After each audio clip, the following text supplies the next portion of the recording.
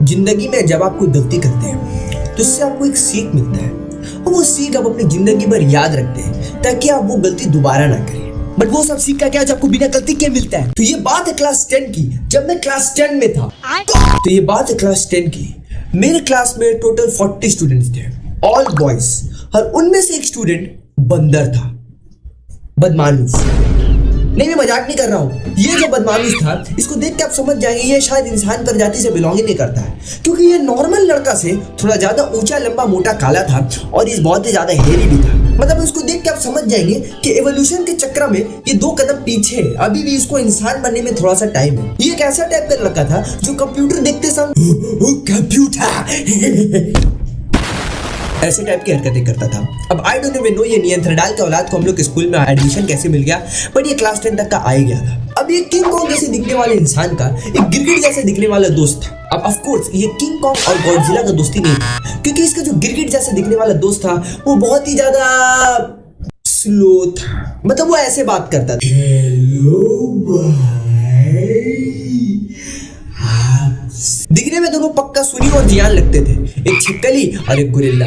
अब एक बात समझो, इन लोग के बीच में कैसा टाइप का रिलेशनशिप था ये मेरे को नहीं मालूम, क्योंकि ये लोग एक दूसरे का खूब चाटते थे लेकिन एक दूसरे को खूब मारते भी थे। अब आई डोंट नो ये इन लोग के बीच में शायद उन लोग का दिमाग ठीक से इवॉल्व नहीं हुआ था या फिर जो भी हुआ था। तो ये जो किंग कॉन्ग और गिरगिट का जोड़ी है, ये जस्ट मेरे सामने वाले बेंच में बैठे और पीछे वाले बेंच में मेरा एक लड़का बैठता था जिसका नाम था पद्दू पदोड़ा। अब ये जो पद्दू पदोड़ा था, इसका नाम सब इसका काम समझ ही सकते हैं ये क्या करता था। अब पद्दू पदोड़ा और किंग कॉन्ग के बीच में हमेशा कोई ना कोई लड़ाई हुआ करता था। इन लोग के लड़ाई के बीच में मैं फंस जाता था और मेरा दिमाग का एकदम।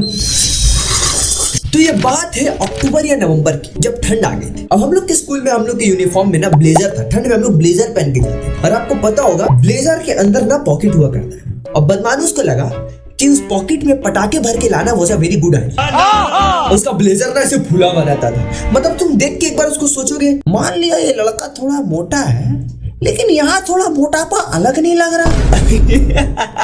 2 दिन ऐसा क्या हुआ, 2 दिन। अब वो पटाखा फाड़ने के इससे नहीं आता था। वो सोचता था भाई हम तो बिजनेस करेंगे, हम तो पैसा कमाएंगे, पटाखे भेजेंगे स्कूल में, इससे क्या हो जाएगा।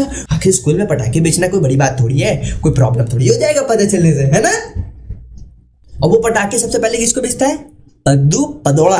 पद्दू पदोड़ा एक नंबर का बेवकूफ आदमी था। अब वो थर्ड पीरियड, और थर्ड पीरियड था हिंदी, और हिंदी में आते थे सर। वो सर थे बड़े डेंजर।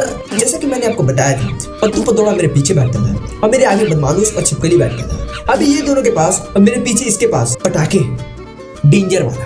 अब जब हिंदी सर अंदर आते हैं तो ये पद्दू पदोड़ा को लगता है कि बहुत फनी होगा अगर ये क्लास में पटाखे फोड़ना स्टार्ट करते तो। ये लड़का लेता पटाखा, अपने इससे निकालता। सर लिख रहे हैं कुछ, बच्चों सर लिखते लिखते अचानक से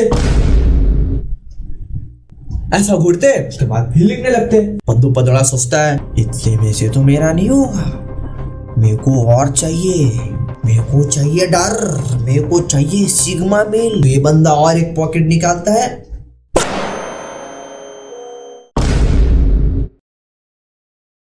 तब जब सर पीछे मुड़ते हैं तो बदमाश को देखते हैं।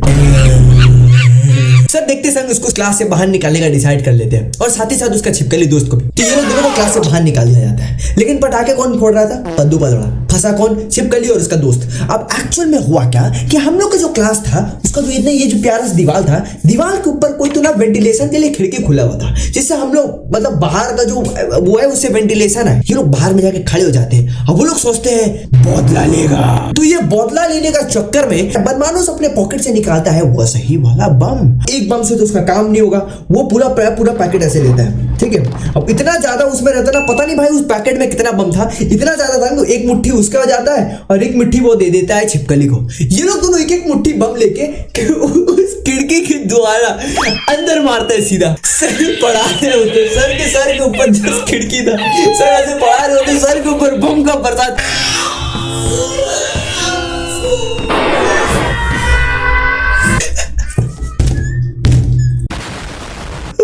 और पूरा क्लास हम लोग हंसी रोकने की कोशिश करेंगे, हंसना नहीं। तो हम लोग सब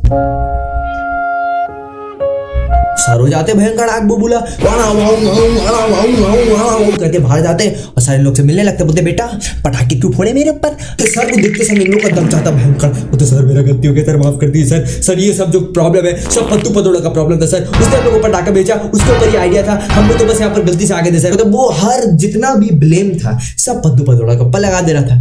सर क्लास के बाहर से बुलाता है, पत्तू पतोड़ा कम हियर। पत्तू पतोड़ा की डर जाती है। तो मैं आपको एक चीज बता दूं, ये था मेरा क्लास, यहाँ पर था मेरा डोर और ऐसा 3 रो था। पत्तू पतोड़ा मेरे पीछे जस्ट यहाँ पर बैठता था और वो यहाँ से निकल के ये रो से घूम के गेट की तरफ जा रहा था, लेकिन गेट के बगल में यहाँ पर एक मेरा बहुत ही जिगरी दोस्त बैठता था और वो क्या करता है, अपना बचाने के लिए अपना पटाखा चुप से एकदम ऐसा करते हुए मेरे दोस्त के बैग के ऊपर ऐसे रखते हुए चला जाता है। ऐसा करते हुए मैं देख लेता हूँ, लेकिन मैं कुछ नहीं कर सकता क्योंकि मैं लिटरली यहाँ बैठा हुआ हूँ और वो वहां पर है। अब क्योंकि मैं अपने दोस्त का टेंशन पा नहीं पा रहा था, लेकिन मैं तो ये समझ गया कि पत्तू पतोड़ा मेरे दोस्त को फंसाने वाला है। मैं क्या करता हूँ, मैं उस बार ना कॉल ऑफ ड्यूटी बहुत खेलता था, उसमें ना आप रेंग रेंग के ना जमीन में छुप सकते हैं, अपने एनिमी से बच सकते हैं। तो मुझे लगा क्लास 10 में मैं इतना बड़ा बेवकूफ था, मुझे लगा अगर मैं रेंग के जाऊंगा तो टीचर मेरे को देख नहीं पाएगा, तो इसीलिए मैं ना रेंगना स्टार्ट कर दिया और रेंग रेंग के ऐसे ऐसे ऐसे ऐसे पूरा यहाँ से यहाँ लेके गया और सारे स्टूडेंट मेरे को ऐसे देख रहे। मैं रेंग रेंग के अपने दोस्त के पास पहुंचा और उसके बैग में उंगली करने लगा। मेरे दोस्त बोलने लगा क्या कर रहा है, पागल हो गया। बोले भाई बात समझ, पत्तू पतोड़ा तेरे बैग में ना बम गिरा के चला गया। अब वो बम सुन के वो पगला रहा है, मैं उसको पगलाने की कोशिश कर रहा हूँ। जैसे तैसे मैं उसका बैग के हाथ दे के अंदर से पटाखा निकाल के जल्दी से अपने ना क्लास के मतलब अपने प्लेस की तरफ दौड़ने स्टार्ट करने आया। लेकिन मैं जैसा दौड़ना स्टार्ट ही कर रहा था, सर मेरे को देख लेते। सर बोलते बेटा रुको, तुम कहाँ जा रहे हो।